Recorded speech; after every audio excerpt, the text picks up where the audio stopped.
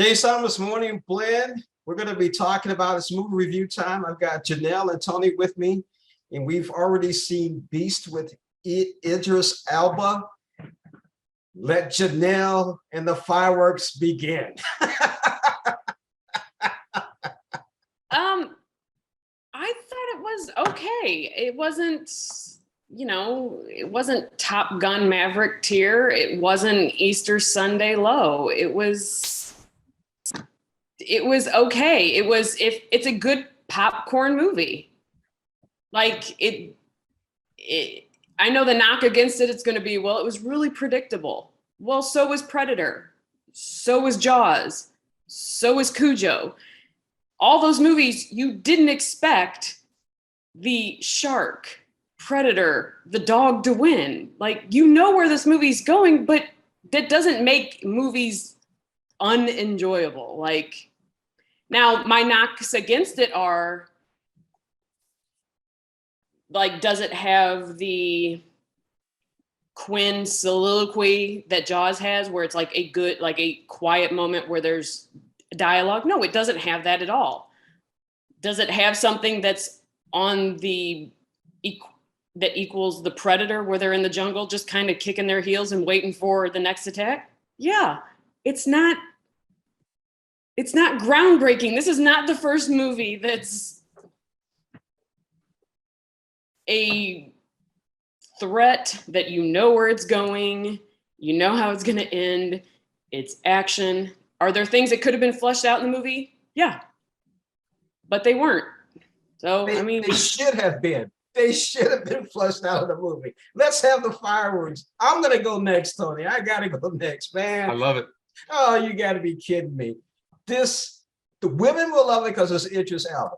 Guys are going to go like, what the heck is this? Wait a minute. Why you can't do that. That doesn't make any sense. Are you crazy?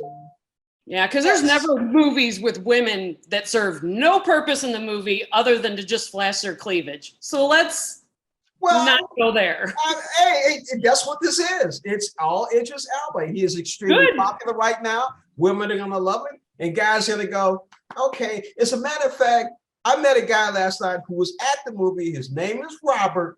And I asked him, did he enjoy the movie? He said, it didn't make any difference. I'm with a pretty woman. I'm on a date. I'm having a great time with her. So it makes no difference. So fellas, take a pretty woman to go see The Beast. That's my advice. Tony, what you got to say? I'm going to fall in the middle between you two. Honestly, this is entertaining.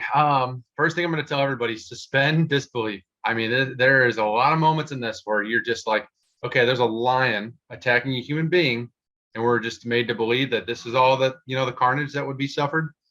It makes you question. But it's basically Cujo set in the African wild jungle.